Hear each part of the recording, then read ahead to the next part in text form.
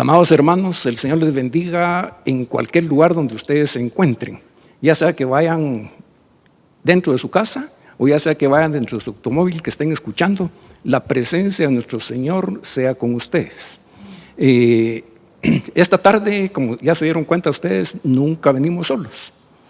Con nosotros está la hermana Ivonne Rivera, pero yo dije nosotros, dos. No lo ven ustedes, pero con nosotros también está el Espíritu Santo de Dios. Amén. Así es. Amén. ¿Quiere saludar, hermana? Dios les bendiga a nuestros amados hermanos. Es un gusto para nosotros el día de hoy traerles un tema bastante interesante, un tema que es continuidad de algunos que se han estado dando aquí en nuestra amada iglesia. El tema que el día de hoy vamos a disertar es 5 espíritus que atacan a la iglesia. ¿Qué le parece, hermano Jorgito? Tremendo. Y este es un tema tan especial, mi hermana, mis hermanos, hermanas, de que está en vigencia desde el mismo momento en que el Señor habló a través de la única parte en la Biblia de que el Señor Dios escribió con su propia mano, porque toda la demás Biblia fue inspirada por el Espíritu Santo y escrita por personas, por apóstoles y profetas.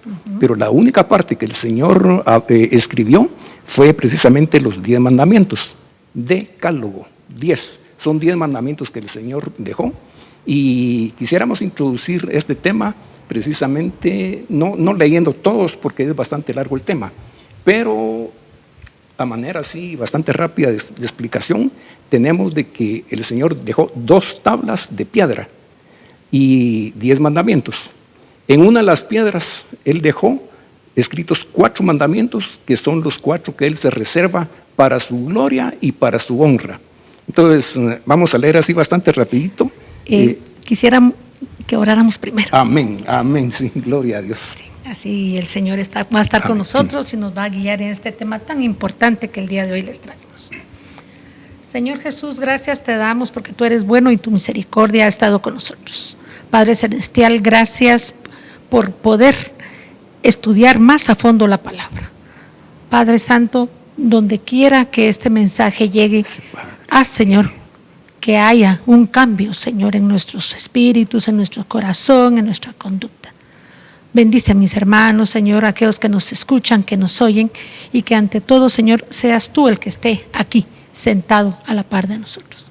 Gracias, amén, Padre. En nombre de tu Hijo amado, amén y amén. Muchas gracias, hermana, muy amable.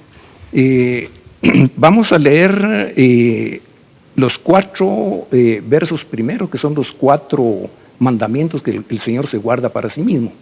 Entonces, los siguientes, los otros 6, son mandamientos que fueron dados para el comportamiento mutuo a nivel social, pero también a través de dentro de la familia, pero también hoy de la iglesia. ¿Qué es lo que nosotros tenemos que hacer? Tenemos que pensar y cómo actuar. Entonces, los primeros 4, ¿saben ustedes de qué es? Como dice aquí: yo soy Jehová tu Dios que te saqué de la tierra de Egipto, de casa de servidumbre. No tendrás dioses ajenos delante de mí. Este es uno de los mandamientos. El otro: no te harás imagen ni semejanza de lo que esté arriba en el cielo, ni abajo en la tierra, ni en las aguas debajo de la tierra. No te inclinarás a ellas ni las honrarás, porque yo soy Jehová tu Dios, fuerte, celoso, que visito la maldad de los padres sobre los hijos hasta la 3ª y 4ª generación de los que me aborrecen, y hago misericordias a millares y a los que me aman y guardan mis mandamientos. No tomarás el nombre de Dios Jehová tu Dios en vano, porque no dará por inocente Jehová al que tomare su nombre en vano. Acuérdate del día de reposo. Y eso es bastante largo. Entonces hay 4 mandamientos que el Señor se guarda para sí, para su gloria y para su honra. Los demás ustedes saben: no matarás, honrarás a padre y madre, no levantarás falso testimonio. En total son 6 para nuestro comportamiento con los demás. Pero cuando usted habla del comportamiento con los demás, ¿es solamente los hermanos de la iglesia? No. El Señor nos da no a ser fieles a los hermanos y ser infieles a los de la calle. Entonces, la situación es de que nosotros tenemos que ser fieles tanto a Dios, a los hermanos y a los de la calle, para que ellos vean el testimonio que nosotros tenemos. Entonces, es algo importante de que los demás vean lo bello que es esa persona que está ahí. Yo quisiera tener lo que ellos tienen. Amén. Sí. Sí, Entonces, vamos a entrar al tema, mis amados hermanos. Sabemos que Satanás es padre de mentira. Y vamos a ver esto aquí. Este personaje se le conoce por diferentes nombres, como el tentador, como el diablo, como Satanás, como imitador, como usurpador. Hay un montón de nombres que tiene. Y él se muestra como ángel de luz. Y nosotros vamos a respaldar lo que estamos diciendo con la palabra del Señor y haciendo reverencia a nuestro Señor, al Padre, al Hijo y al Espíritu Santo. Vamos a leer en Amén. Corintios 11:14, según la versión de Reina Valera del 60. Y dice, y no es maravilla, porque el mismo Satanás se disfraza de ángel de luz. Entonces, esto lo estamos respaldando, lo que estamos diciendo, que él es un imitador y que se viste como ángel de luz. También decimos de que Satanás tiene sus legiones territoriales y las tiene sobre todo el mundo. Entonces, sabemos nosotros de que Satanás se le llama el príncipe de este mundo. Entonces, donde él es príncipe, él tiene autoridad sobre toda esa parte de ahí, pero se le llama del mundo en general. Aparte de ese, está sobre la iglesia de Cristo Jesús. Y es precisamente el tema que vamos a desarrollar hoy, de cómo ese ser influye en nosotros para que haya división dentro de la iglesia y que la iglesia no prospere. Aparte de eso, tiene una influencia individual, y lo vamos a ver a través de lo que es la lascivia, las iras, las contiendas, el amor al dinero, al amor a las cosas materiales. Y sobre todo también sobre países y sobre regiones. Entonces, por ejemplo, vamos a tomar el ejemplo que está sucediendo hoy en el mundo con las elecciones presidenciales de los Estados Unidos. Eso está afectando a todo el mundo, a todo el mundo. Pobres, ricos, hombres, mujeres, chinos, amarillos, no chinos, de todo, y no chinos también. Pensamos en las repercusiones que va a tener. Y ese es un espíritu de que entra en nuestro pensamiento. Entonces, estamos aquí, pero resulta que estamos influenciados por lo de allá. Pero entonces eso llega a una conclusión en nosotros de que nuestra guerra es espiritual, no es carnal. Porque no miramos ahorita que nos estén quitando de la bolsa el dinero, no estamos viendo algo físico, pero sí tenemos ya en nuestro corazón el aquello de que va a suceder alguna cosa mala o posiblemente buena. Entonces nosotros definitivamente vivimos en un mundo material y nosotros vamos a estar peleándonos como humanos que somos por espacios, por los bienes que tenemos. Muchas veces tal vez no peleamos, pero dentro de nuestro ser interior quisiéramos tener aquello, pero lo queremos con tanta vehemencia que puede calificarse como, tal vez como envidia. ¿Codicia? Codicia también. Y si es al revés, el no compartir se llama egoísmo. Entonces vemos de que hay cosas de que son materiales, pero que también las tenemos dentro de nuestro corazón. Y pareciera, fíjese hermana, de que el enemigo está ganando la batalla. Pareciera ser que el que yo está ganando. he escuchado eso, fíjese hermano. Entonces, que cada día no solamente va caminando un poquito, sino que va a pasos agigantados. Y pareciera ser de que nuestro Señor va perdiendo la batalla. Pero no es así. El Señor tiene estipulado el día, la hora, el lugar y hasta las palabras exactas que van a ocurrir en ese momento. Amén. Entonces, escrito está también de que Él exhibió públicamente al enemigo y lo despojó de todas las autoridades que tenía. Entonces él lo que está haciendo es alboroto. Y recordemos lo que dicen de que en río revuelto, Ganancia de pescadores, ¿verdad? Sí. Y tenemos por aquí una cita también que está en el libro de Daniel, capítulo 12, verso 4, siempre de la Reina Valera, y dice, pero tú, Daniel, cierra las puertas y sella el libro hasta el tiempo del fin, y muchos correrán de aquí para allá, y la ciencia se aumentará. Otras versiones dicen, y se multiplicará. Pero ¿qué relación tiene esta cita con lo que estamos hablando? Resulta ser de que la ciencia ha caminado tanto ha caminado la ciencia. Por ejemplo, en los últimos 20 años de este siglo y de este milenio, la ciencia ha avanzado tanto, más que lo que la Tierra, todo el hombre avanzó durante los 2000 y otros 2000 años atrás antes. Es tremendo la forma en que está avanzando la ciencia.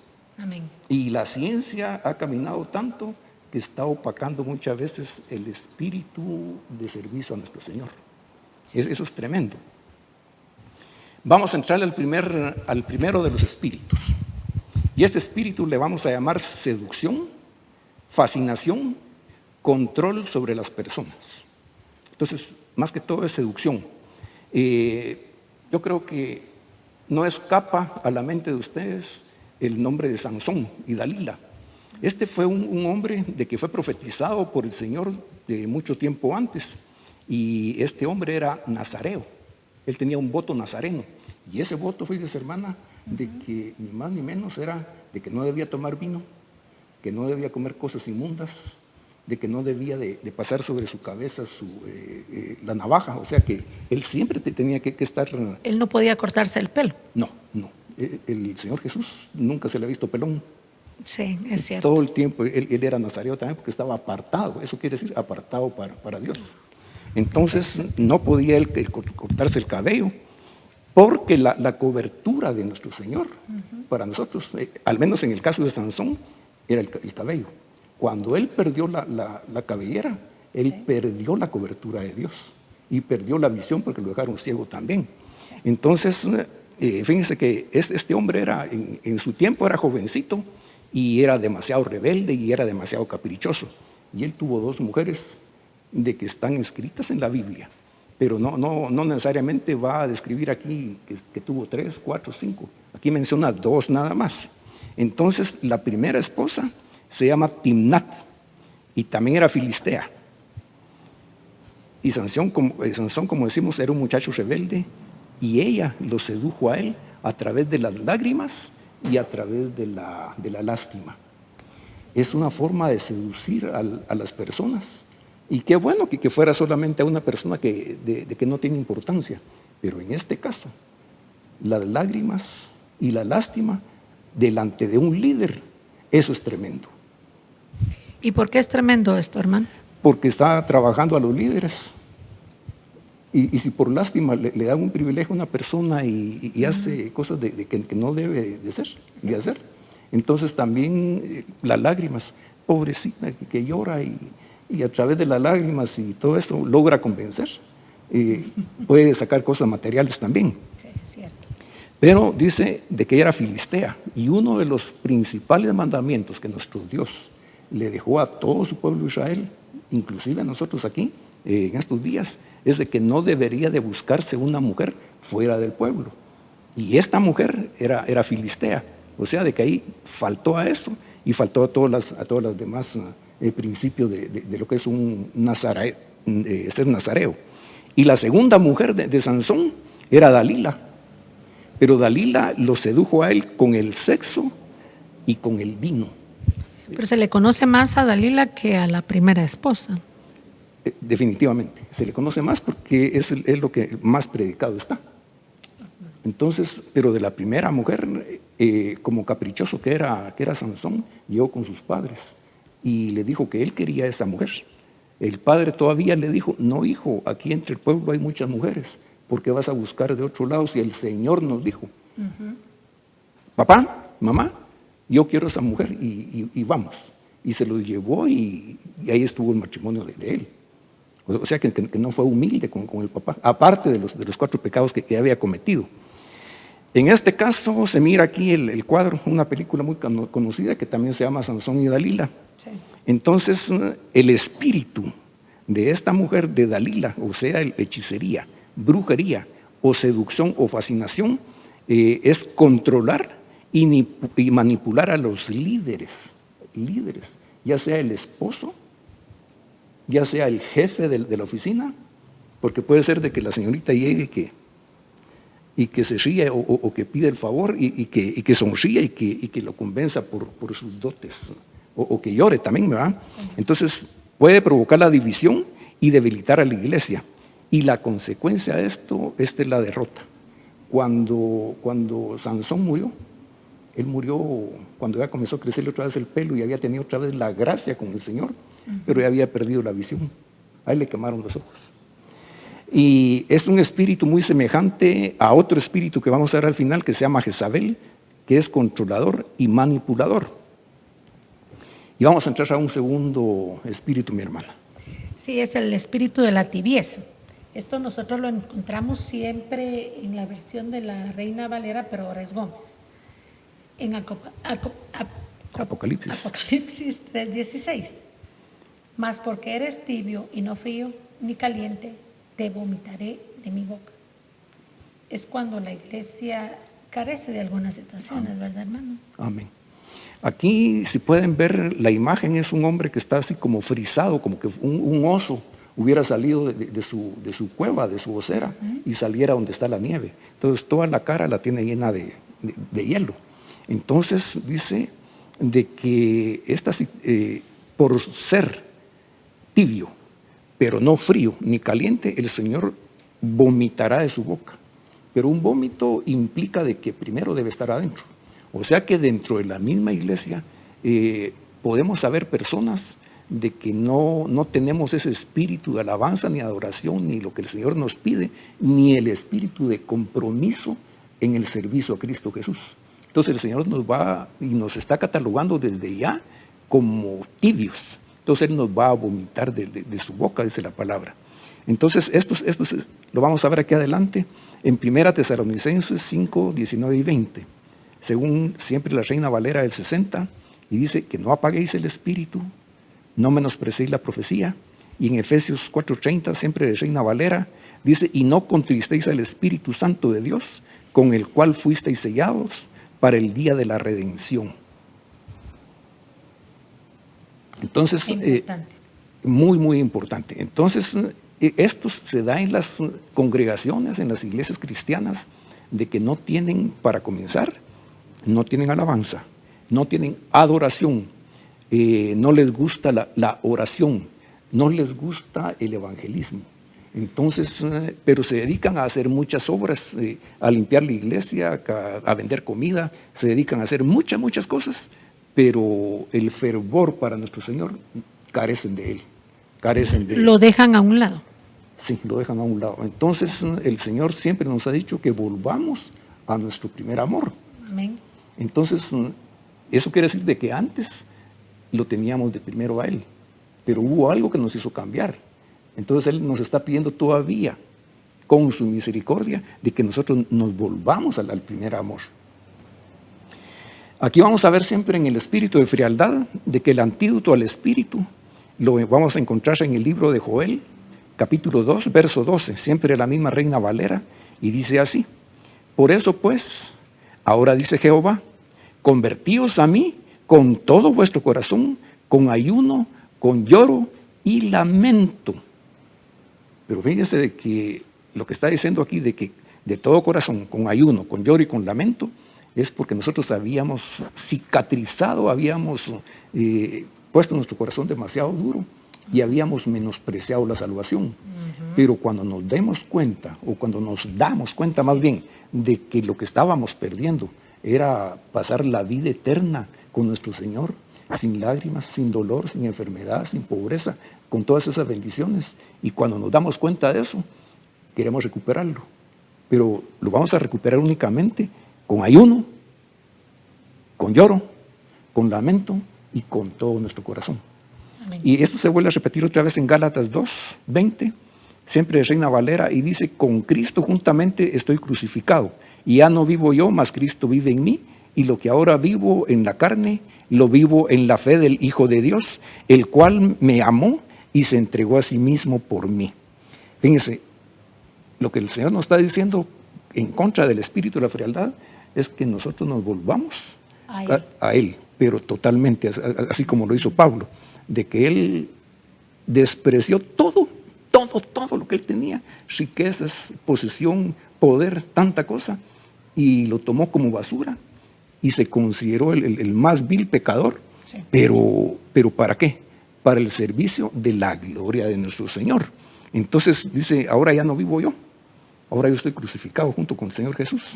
Ya no vivo yo, pero entonces lo que hago, si tengo vida, es de que voy a actuar exactamente como que yo estuviera metido entre los zapatos, las sandalias de nuestro Señor.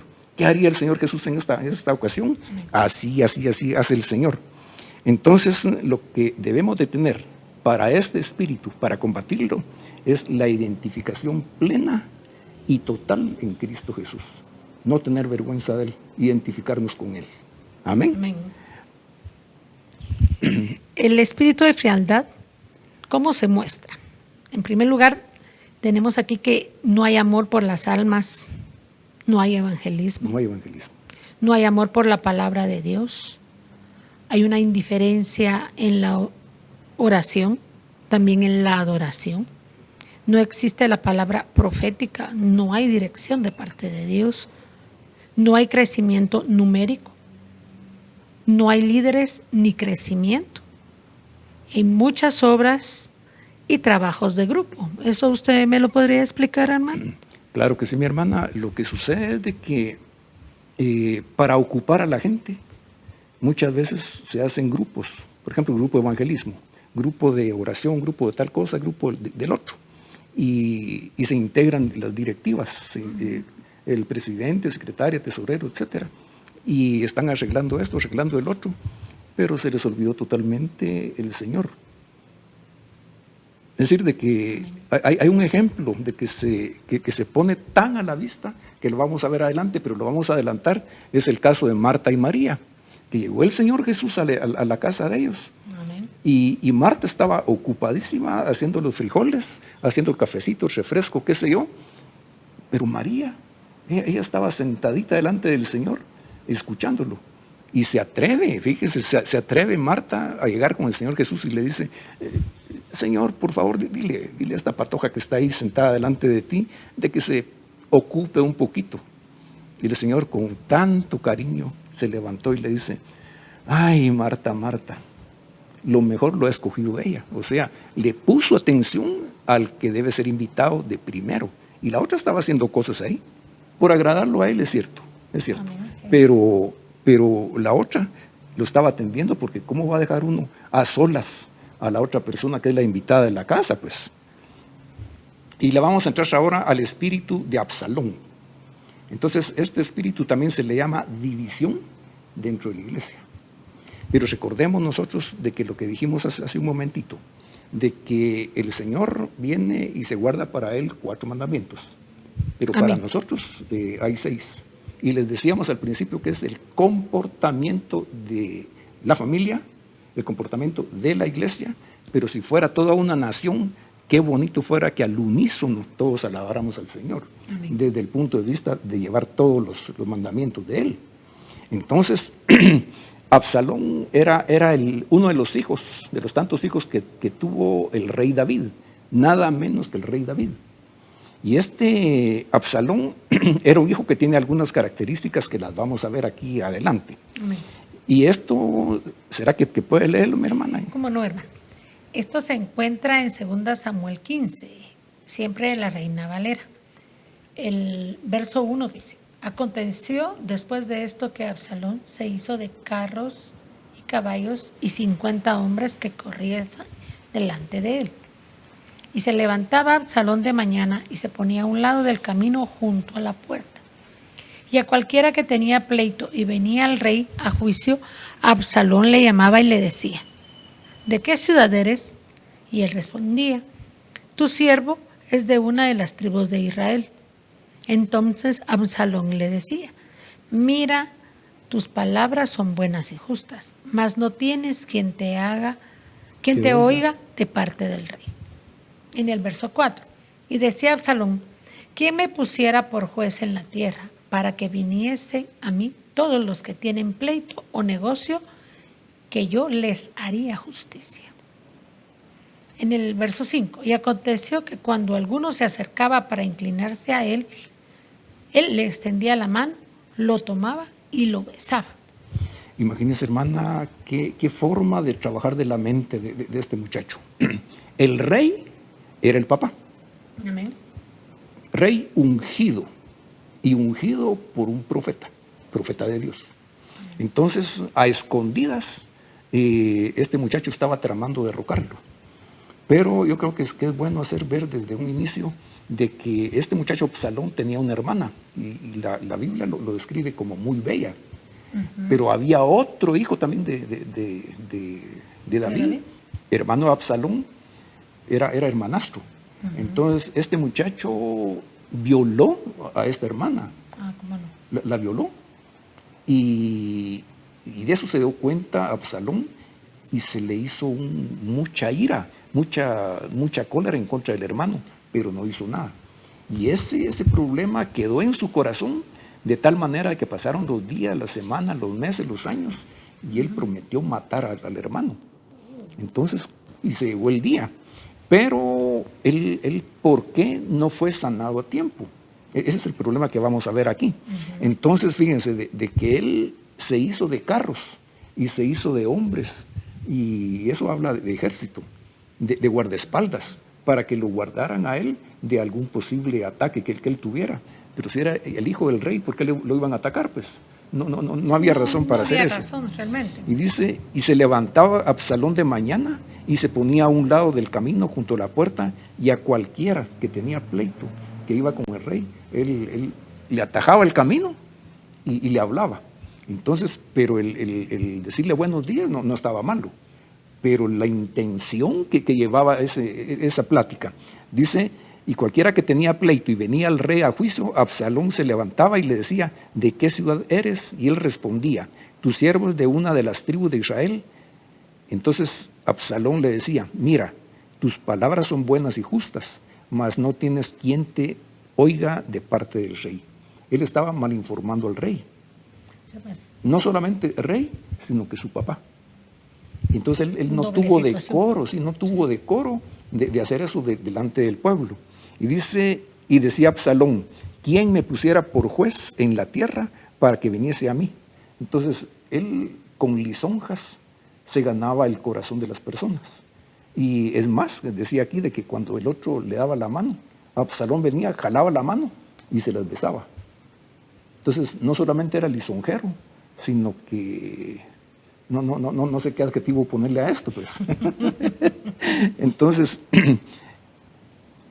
dice un poquito más adelante, siempre en 2 Samuel, en verso 6, dice, de esta manera hacía con todos los israelitas que venían al rey a juicio, y así robaba a Absalón el corazón de los de Israel. O sea que poco a poco él se iba ganando 1, 2, 3, 4, 50 gentes, y ya tenía guerreros, y ya tenía gente de caballo también. Entonces dice, robaba a Absalón el corazón de Israel, de los israelitas, y estaba dividiendo al pueblo, porque ya tenía adeptos él, y también David tenía los propios. Ahora vamos a ver la forma de actuar de este espíritu. Dice que trabaja a través de las lisonjas y divide en contra del liderazgo. Aquí él ya tenía algunas cuantas gentes pagadas, pero también tenía algunas que él ya las había lisonjeado. Entonces hay una división ahí. Dice que provoca admiración hacia sí mismo, porque anteriormente leímos de que él venía y le decía, tus palabras son justas. O sea que le exaltaba el ego al otro. Entonces, y decía todavía de que el rey no los iba a escuchar. Aparte de eso, se promueve a sí mismo y roba el corazón de los ingenuos. Pero aparte de eso, sin ser el llamado, pretende usurpar el puesto. Este es el verdadero espíritu de Absalón, de que hay una congregación y es tanto el resentimiento que tiene de que él lisonjea a los hermanos, los chaquetea, como decimos aquí en Guatemala, y qué don tan hermoso el que tiene, hermanita. Qué profecías tan hermosas la que usted dice. Y a usted, varón, mire, a usted no lo ha escuchado el pastor, por casualidad, de los planes tan hermosos que tiene. Entonces son cosas de que se ganan al otro, pero porque no tienen espíritu de discernimiento. Amén. Eso es lo que se debe tener. Y dice que obstruye la agenda establecida, porque hay orden en la iglesia. Hay Amén. Programas que elaborar, hay cosas que tiene que hacerse. Y el otro viene y dice, yo tengo un plan, ¿qué les parece que hagamos tal y tal cosa? Y la agenda está programada. Entonces, es destruir los planes definitivamente que son de Dios. O sea que siembra la contienda y divide. Y se sienta donde no lo han llamado. Eso es tremendo. Quisiera yo leer aquí algo. Dice que el espíritu de Absalón induce a la violencia, incluso físicamente, logra la división del pueblo, es demagogo, mata espiritualmente, Cuando logra su objetivo, desparrama, no sabe qué hacer, pues no es líder. Antes de que usted nos termine de explicar aquí una situación, ¿yo podría hacerle una pregunta, hermano? Sí, sí, hermana, con mucho gusto. ¿Qué es? ¿Qué es esa palabra de demagogo? Demagogia. Esa es una habilidad que se usa mucho actualmente con los políticos, de que se suben los políticos y manipulan a toda la gente ofreciendo cosas que saben que no van a cumplir.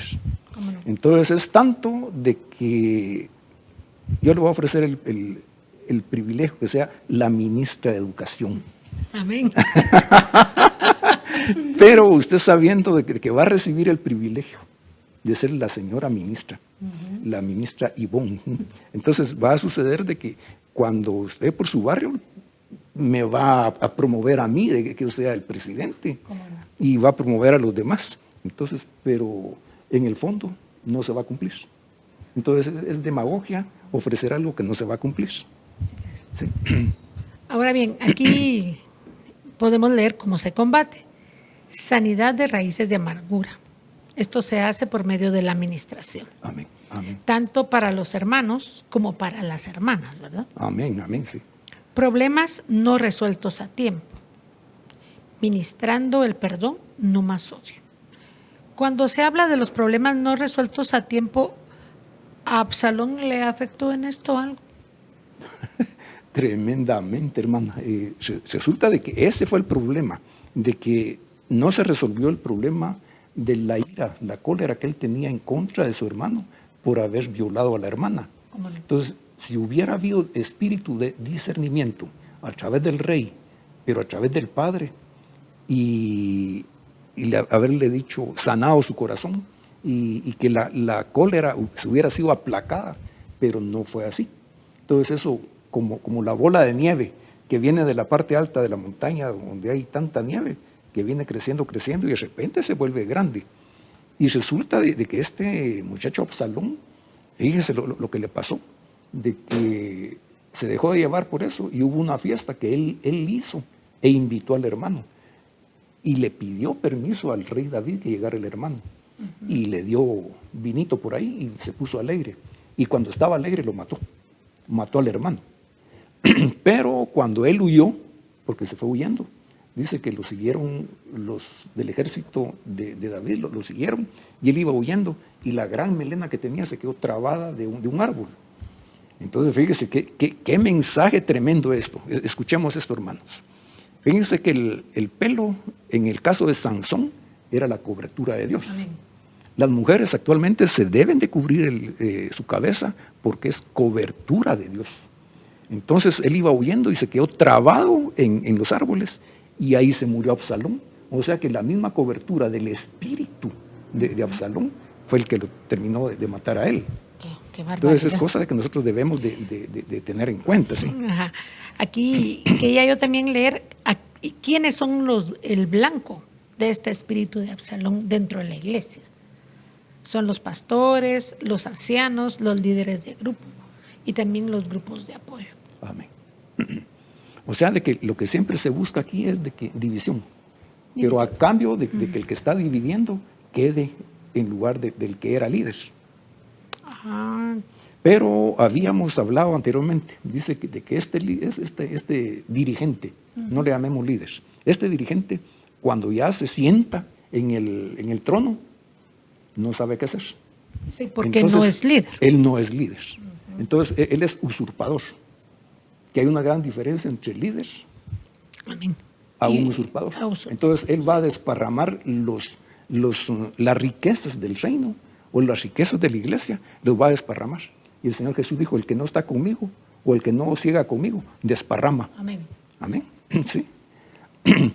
Y le vamos a entrar a otro espíritu más que se llama fariseísmo, o sea, legalismo dentro de la iglesia. Esto es algo que viene desde antes del Señor Jesús, porque cuando el Señor Jesús vino, es cierto de que Él anduvo entre escribas, fariseos, los doctores de la ley, y con ellos era el choque todo el tiempo, todos los días que el Señor Jesús salía a predicar y a sanar a los enfermos, a resucitar muertos y a sacar demonios, chocaba con los fariseos. Y este este espíritu lo vamos a ver aquí reflejado en un par de citas. Y casi todo esto lo vamos a ver en el libro de Mateo, siempre con Reina Valera del 60, capítulo 23, verso 13 en adelante. Dice: hay de vosotros, escribas y fariseos, hipócritas, porque cerráis el reino de los cielos delante de los hombres, pues ni entráis vosotros, ni dejáis entrar a los que están entrando. Hay de vosotros, escribas y fariseos, hipócritas, porque devoráis la casa de las viudas, y como pretexto hacéis largas oraciones, y por esto recibiréis mayor condenación. En el verso 15 dice: ay de vosotros, escribas y fariseos, hipócritas, porque recorréis mar y tierra para hacer un prosélito, y una vez hecho, le hacéis 2 veces más hijo del infierno que vosotros. En todas las citas que leímos, el Señor les dice: ay de vosotros. Sí. Pero ese ay es queja. Pobrecitos ustedes, fariseos, se los va a llevar la tristeza, porque no están dejando entrar al reino de Dios a los que tienen que entrar, a los que buscan a Dios. Ustedes no los dejan entrar porque lo están haciendo igual que ustedes. Y al que al fin logran hacer ustedes prosélito, los hacen más materialista y más fariseo que ustedes, más hijos de Satanás, le menciona aquí. Y siguiendo adelante dice: hay de vosotros, guías ciegos, que decís: si alguno jura por el templo, no es nada, pero si alguno jura por el oro del templo, es deudor. Necios y ciegos, porque ¿cuál es mayor, la ofrenda o el altar que santifica la ofrenda? Así que hay de vosotros, escribas y fariseos, hipócritas, porque diezmáis la menta y el eneldo y el comino, y dejáis lo más importante de la ley, que es la justicia, la misericordia y la fe. El Señor dice: esto es necesario hacer, pero sin dejar de hacer lo otro. O sea, de que ellos están peleando, poniendo una barrera. Ellos pelean este lado, pero dejan de hacer la que es más necesaria. O sea, poner justicia, poner el orden, poner la misericordia y la fe. Amén. ¿Sí? Sí, lo que yo puedo apreciar aquí en Mateo 23 es que es un capítulo de mucha sentencia. Mucha sentencia, mucha sentencia. Mucha sentencia, porque habla de muchas situaciones y lo sentencia desde ya. Y algo especial, de que esa sentencia era poner en claro las situaciones. Sí. Poner en claro. Y entonces muchas veces en nuestro tiempo, en el siglo XXI, con tal de mantener a la gente ahí dentro de la iglesia, no se ponen las cosas en claro. No se dice la verdad como debe ser, y la verdad es verdad y seguirá siendo verdad. Cielo y tierra pasarán, mas mi palabra no pasará. Amén. Entonces la verdad hay que decirla como decimos en Guatemala, sin pelos en la lengua, porque el que lo está diciendo no somos nosotros, es Dios, es palabra de Él. Sí, es algo tremendo. ¿De qué forma opera este espíritu? Es el mismo espíritu del anticristo. Se opone a la libre predicación de la palabra. Es una crítica directa y también indirectamente. Pone en duda la autoridad divina. Es legalista y defensor de las costumbres y tradiciones, y así gobierna. Es hostil contra la alabanza y la adoración. No se deja corregir. Se creen sabios. No hay quien como ellos. Y se ocupan de cosas y obras y no de Dios. Y aquí volvemos a lo que hablábamos acerca de Marta y María. Sí. O sea, de que estas gentes vienen y según la misma palabra dice que ellos ponen cargas a todo el pueblo y ellos no son capaces de mover un dedo. Amén. Sí. Entonces, pero por lo mucho que han estudiado, ellos se sienten eruditos, ellos se sienten sabios, se sienten como ninguno y nadie los puede corregir. Entonces, al no dejarse corregir, no tienen humildad. Amén. Sí, entonces, y el Señor quiere humildad, pues, porque el Señor es Él. Nosotros no somos señores, no. El Señor es Él. Entonces es un espíritu de que nosotros debemos de verlo cuando hay, por ejemplo, cuando alguien se opone al mensaje del Señor, porque los fariseos constantemente soñaban con encontrarse con el Señor Jesús para ponerlo a prueba. Entonces estaban en contra de Cristo. Por eso es un espíritu de anticristo. Anticristo, sí. Y ahora le vamos a entrar a este espíritu que lo dejamos de último porque es el más amplio. Pero es algo de que, por favor, mis hermanos, mis hermanas, mis amigos que escuchan, pongamos la atención no solamente a los 4 que pasaron, sino que particularmente a este. Este se llama el espíritu de Jezabel. Este es un espíritu de que está entre la tierra, es decir, entre los hombres, desde hace no solamente años, sino que siglos y milenios, y milenios. Y ese es el control de una persona sobre otra. De una persona sobre otra. Pero particularmente tiene ciertos rasgos, ciertas bases para controlar y manipular a las otras gentes. Y normalmente, llamémoslo, si le pusiéramos un calificativo de 1 a 100, las mujeres se llevarían tal vez un 90%. Y el otro 10% también el hombre, porque no tiene sexo este espíritu. ¿Se puede dar también entonces en los hombres? Se puede dar también. Y vamos a ver la razón por la cual estoy diciendo esto. En 1 Reyes 21-25 estamos hablando de un rey llamado Acab. Pero en la historia de Israel hubo muchos reyes, muchos reyes, y muchísimos de ellos hicieron lo malo delante de los ojos de Jehová. Y lo malo que hicieron fue que inducir al pueblo para que adoraran a dioses ajenos. Entonces, pero hablando de Acab, dice que fue el peor de ellos. Ese no fue malo, ese fue malo, más malísimo. La suma de los padres, de los abuelos, tatarabuelos, fue el peor, dice aquí. Y dice, a la verdad, Acab, ninguno fue como él, que se vendió para hacer lo malo ante los ojos de Jehová. Fíjense la respuesta de la misma Biblia, dice, porque Jezabel, su mujer, lo incitaba. Y lo incitaba de una manera igual que platicamos con Sansón. O sea, de que si lo incitaba era porque le gustaba a la mujer. Pero la mujer sabía de qué manera se lo estaba ganando. Y ahora vamos a ver cuáles son esas características. Un verso adelante dice, porque le fue ligera causa andar en los pecados de Jeroboam, hijo de Nabat, y tomó por mujer a Jezabel, hija de Ed-Baal, rey de los Sidonios, y fue y sirvió a Baal y lo adoró. Y dice además, e hizo altar a Baal en el templo de Baal que él mismo edificó en Samaria. O sea, de que en Jerusalén estaba el templo de Jehová. Amén. Pero él vino y le puso la competencia en Samaria y lo puso no solamente con el templo, hizo una estatua y del enemigo acérrimo del Señor, Baal. Entonces, dice, le fue ligera cosa dejar al Señor por hacer otras cosas. Y vamos a ver aquí adelante lo que sucede. Él hizo lo malo al traer costumbres y religiones ajenas, de que eran siempre los mismos enemigos del Señor a través de los siglos. Bueno. Entonces dice aquí, de que hizo también Acab una imagen de Acera. Y esta Acera, ¿recuerda usted quién es? Es la reina del cielo. La reina del cielo.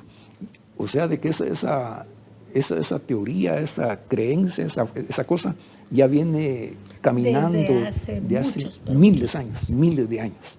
Y últimamente yo me pongo en los zapatos de la Virgen María, pues, de que le está cayendo a ella algo de que ella jamás, de los jamases, se ha tomado para sí. Es más, cuando habló del Señor, dijo a los que estaban ahí, ustedes hagan lo que el Señor les diga. Entonces ella nunca ha sido la reina del cielo, ni se cree, ni será, porque Señor hay uno. No se habla de una señora. Y este hombre le hizo altar a esta mujer, a esa imagen que es de Acera. Y siga, hermana. Haciendo así Acab más que todos los reyes de Israel que reinaron antes que él, para provocar la ira de Jehová, Dios de Israel. En el verso 34 dice, en su templo y él de Betel reedificó a Jericó, a precio de la vida de Abiram, su primogénito, echó el cimiento, y luego, a precio de la vida de Sehub, su hijo menor, puso sus puertas conforme a la palabra de Jehová que se había hablado por Josué, hijo de Nun. Fíjese, hermana, de que el único ser que increíblemente el amor que tuvo para con nosotros, haber dado la vida de su Hijo para salvación de nosotros, fue nuestro Señor. Amén. Él fue. Pero es este hombre, fíjense, de que dio la vida de su primogénito y del menor. ¿Pero para qué? Para levantar los cimientos de un edificio y para poner las puertas de los otros. Y las enseñanzas de nuestro Señor, según los mandamientos que se habían dado, era que nadie tenía que casarse con personas, mujeres de otro pueblo. Y él se casó con Jezabel, como vamos a ver adelante. Aparte de eso, no amó a sus hijos. Él menospreció a Dios. Cosa tremenda, pues. Las características de este rey, ¿será que las puede leer, hermano? ¿Cómo no? Las características de Acab eran las siguientes. Primero, él tenía un carácter débil y maleable. No ejerció autoridad ni como sacerdote de casa, ni como rey, ni como esposo. Amén, amén. Era desobediente porque se casó con una persona extraña, débil ante el sexo y la adulación femenina. No tomó en cuenta a Jehová Dios, valoró más la carne que a Dios. Amó a sus hijos, no amó a sus hijos, sí, sino los sacrificó. Amén. A mí me llama la atención mucho la primera característica que dice carácter débil y maleable. Maleable es algo que se dobla, sí. Es algo que se puede ponerle una figura diferente. Entonces, era tan débil el material espiritual que tenía este hombre, de que una mujer vino y lo hizo de la forma que él quiso, de la forma que ella quiso. Sí. Entonces lo manipuló de tal manera de que él cayó en las redes de esa persona. Entonces, aparte dice, no ejerció la autoridad, él jamás fue líder como esposo, porque no puso las cosas como debe ser. No las puso claras. Sí, dice, yo y mi casa serviremos a Jehová. Amén. Más claro, primero va el varón. Entonces él debió haber sido rey. Yo, hijo de Jehová, serviré a Jehová. Por muy presumida o muy bonita que haya sido la mujer y por muy adinerada, ahí tenía que haberse servido a Jehová. Entonces dice, desobediente, porque se casó con una extraña, igual que Sansón. Débil ante el sexo, porque vamos a ver lo que esta mujer le hizo. Ahora vamos a ver las características de Jezabel, mi hermana. Es una persona dominante y autosuficiente, mucho ego. 2, seductora como la viuda negra, la araña viuda negra. Sí. Idólatra, obsesión por lo oculto, obsesión por el poder, odia la autoridad masculina, se esconde tras el líder, el esposo o el jefe, actúa sola sin colaboración. Hoy es el símbolo de la sensualidad en el mundo y el objetivo es el dominio del mal sobre el bien. Solamente tengo aquí una observación que es el símbolo de la sensualidad en el mundo, pero dentro de la iglesia ya se metió también. Entonces, ¿será que ya se metió en la iglesia, hermano?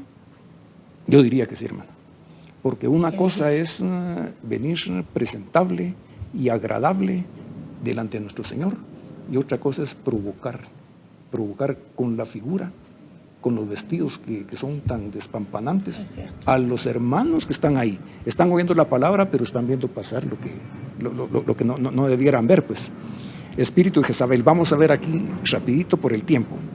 Ella, ese espíritu, soborna y abusa de la autoridad. Dice, y Acab habló a Nabot, diciendo, dame tu viña para un huerto de legumbres, porque está cercana a mi casa, y yo te daré por ella otra viña mejor que esta. O si mejor te pareciera, te pagaré su valor en dinero. Y Nabot, que era un israelita de corazón, le contesta, y Nabot respondió a Acab, guárdeme Jehová de que yo te dé a ti la heredad de mis padres. O sea que él sabía que el otro era idólatra. Entonces, lo sagrado, la herencia de Dios, no se despilfarra ni se debe poner en manos que no son. Otra de las características de Jezabel, de este espíritu, es que suplanta y abusa de la autoridad y también asesina.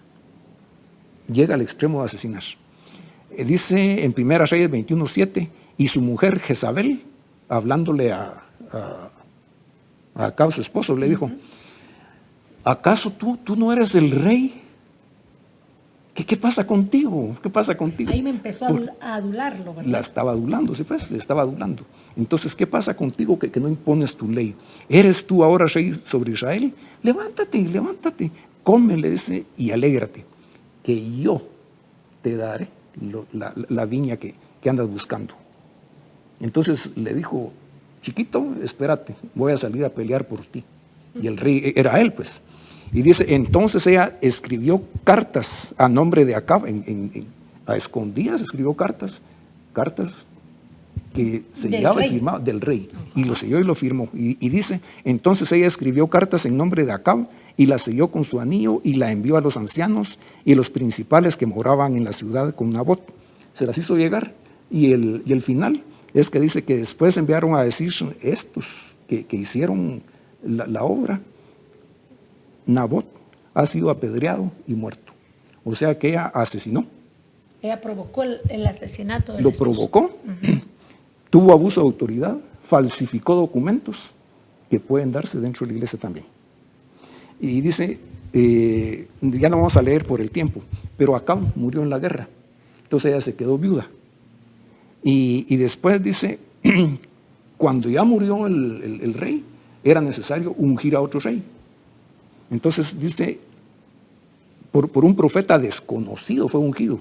Y dice, y que le ordenó a Jehú en nombre de Dios lo siguiente: herirás la casa de Acab tu señor, para que yo vengue la sangre de mis siervos, los profetas, y la sangre de todos los siervos de Jehová de la mano de Jezabel. Y a Jezabel la comerán los perros en el campo de Jezreel, y no habrá quien la sepulte. Entonces vino después Jehú, que ya era el rey, pero él venía por el camino. Pero ella estaba usurpando el lugar en el palacio del rey. ¿Cómo no? Ella estaba ahí arriba. Entonces ella se presentó al igual que se presentó el rey David. Y que abajo estaba la que fue mujer de David. Solo que ahora estaba invertida la situación.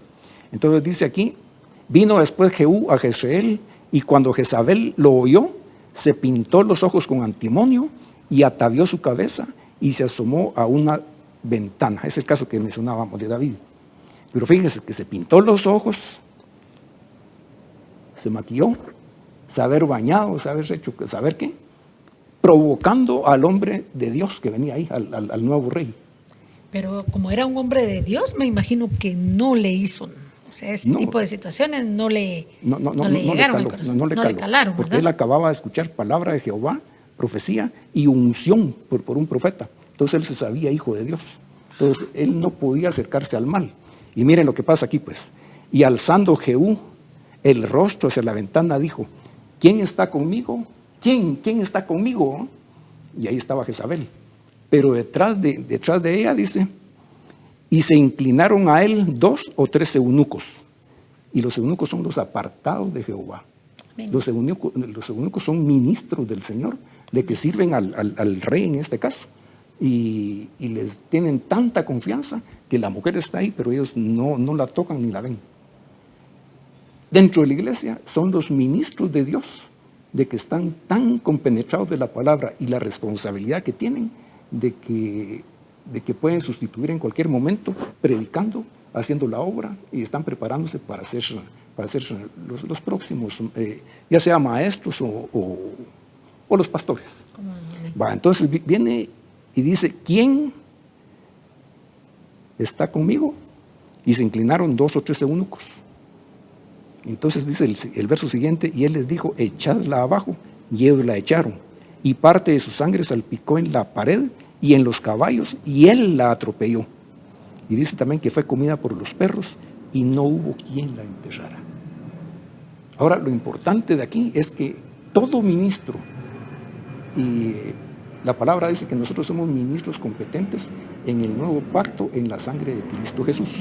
Entonces, todos nosotros debemos de orar por todos los líderes. No importa que nuestro ministerio sea barrer, trapear, aparte de eso que es importante, es otra cosa mucho más importante, el orar los unos por los otros y particularmente por nuestros líderes. Entonces, aquí vamos a ver una cosa tremenda. Las conclusiones. Sí, sí. En primer lugar, tenemos que orar en todo tiempo en el Espíritu. Es importante, como lo decía usted, el orar por nuestras autoridades, por nuestro pastor, por los ancianos, por los líderes de nuestra iglesia. Amén. Sí.